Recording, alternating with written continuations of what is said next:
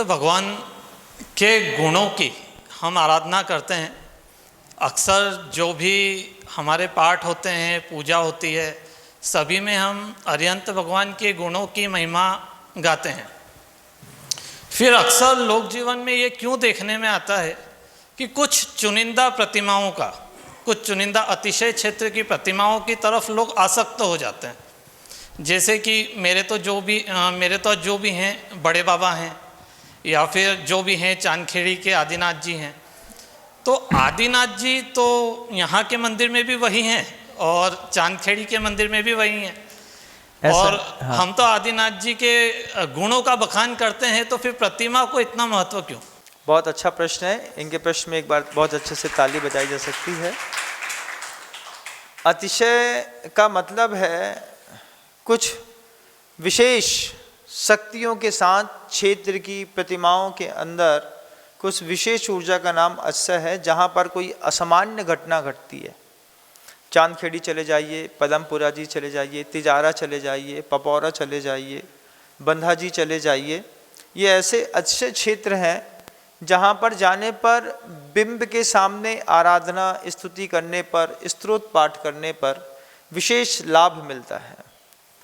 जो भगवान है वो तो सिद्धालय में विराजमान है, लेकिन मंदिरों के अंदर जो प्रतिमाएं होती हैं वो प्रतिमाएं भगवान से ज़्यादा शक्तिशाली होती हैं। भगवान तो सिद्धालय में चले गए, वो कभी लौट के नहीं आएंगे, लेकिन प्रतिमाओं में आचार्यों ने अपनी साधना करके पूरी साधना के जो परमाणु उसमें डाले हैं, उसका कमाल देखिए कि जब आप सिरपुर जाकर के देखेंगे, आचार्य भद्रबाहु स्वामी ने 5 उपवास करके जब प्रतिमा की प्रतिष्ठा करी तो प्रतिमा मुनिराज के तेज से अधर पे आ गई। यही बात नेमीगिरी जिंतूर में होती है। 9 टन की प्रतिमा है और वो अधर पे लटक रही है। तो ये साधुओं के तपस्या के कारण प्रतिमाओं में भी अतिशय आता है। फिर प्रतिमा मंत्र शक्तियों से अधिष्ठित होती है।